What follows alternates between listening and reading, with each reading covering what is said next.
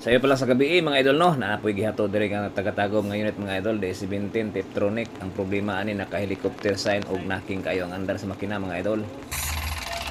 Knocking din makina mga idol.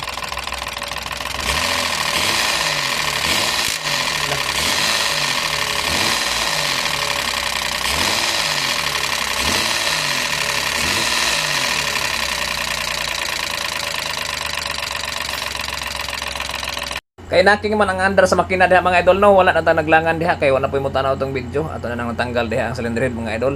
Apan checking na to diha mga idol no, kita na to diha nga gas-gas na gyud ang camshaft.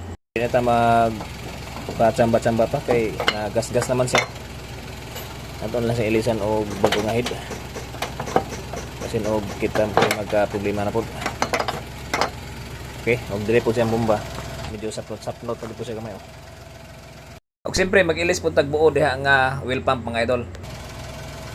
Nang ilisan na lang gyud nato para sure ta.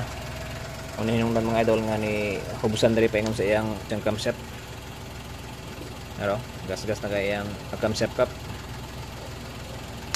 Okay, mag-ilis sa cylinder head assembly buo.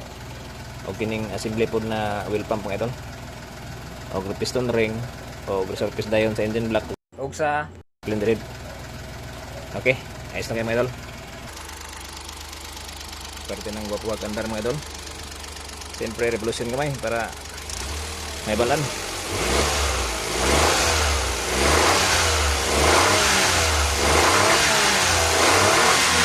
Yun o. Ayos kayo mga idol. Wala ka kibo-kibo. Aircon. Yun o. Ayos na eh. Kay okay naman kayo mga idol no, siyempre atras on abante na dayon si sir. Salamat sir sa imong pagbisita sa akong gamin area. Ug siyempre gibayran na nag podcast diha mga idol no. Sundi ko ni mga idol daghan pa kini.